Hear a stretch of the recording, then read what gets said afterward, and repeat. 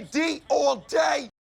Let's do some more divisibility problems involving variables. So this one says if x and y are positive integers, is x over y an integer? So is x over y equal to an integer? So just like in the last question, where they gave us statements talking about 5x and 6x, and I'm always thinking to myself, well, what is that telling me about x? In this case, I'm thinking, I want to find out what each of the statements is telling me about x over y. So how else can we think about this question? Is x over y equal to an integer, or is x a multiple of y? Is y a factor of x? Does x contain a y?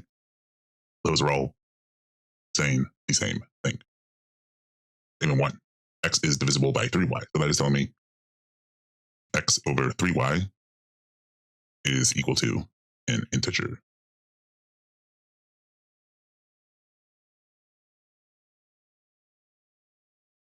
So I want to know what this is telling me about x over y. So this x up here is really just 1x. So I can sort of pull out a 1/3 to isolate my x over y. The saying 1/3 times x over y is equal to an integer. So let's think about what this is telling me about x over y. And I think people get a little bit confused here, or they find it hard to think about the properties of x over y because it is a fraction as opposed to just a single variable. So let's say we just had something like this, and 1/3 times a is equal to an integer. Well, what would that mean about a? That would mean a would have to contain a 3 so that it could cancel out this 3 here in the denominator, because the only way to get an integer is by getting rid of this denominator here. So 1/3 times 3, for example, that would work. 1/3 times 6, that would work because that cancels the denominator and leaves you with just a 2 on the top. But 1/3 times 5 would not work because that leads to 5/3. You cannot get rid of the denominator. So to cancel out our denominator here, a has to be a multiple of 3. Now, what we're doing here is no different. Just we happen to be saying a is equal to x over y. So this is really telling us x over y is a multiple of 3. Now, all multiples of 3 are integers, so it cannot be any integer, but x over y can only be integers. So this statement is sufficient. This gets at sort of talking about what could be true about a variable or a variable expression versus what must be true. So even though x over y cannot be any integer, it can only be multiples of 3, the only values that it could be are integers, which is what makes statement 1 sufficient. Let's compare that to statement 2.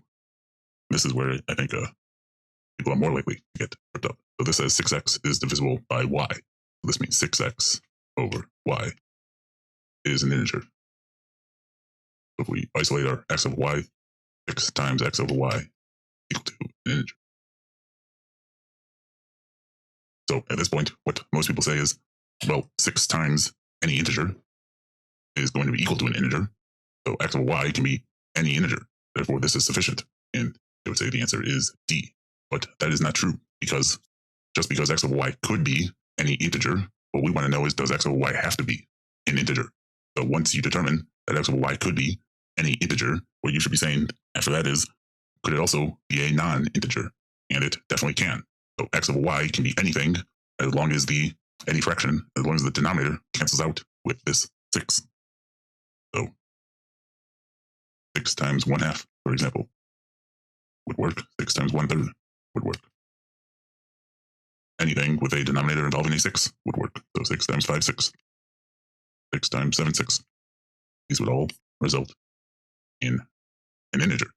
And so the fact that once you determine x over y could be 2, which gives you 6 times 2 is 12. So x over y could be an integer. Then you should not be saying, oh, x over y could be any integer. That's not really helpful. Once you determine it could be one integer, you should be saying it could also be a non-integer. That is how you prove insufficiency.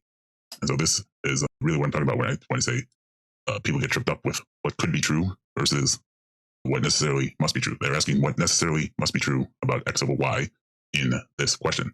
So even though statement 1 is the one that is sufficient, you actually have less integer possibilities for x over y, because this can only be multiples of 3. In statement 2, x over y could be any integer, but it could also be a non-integer, which is what makes it insufficient.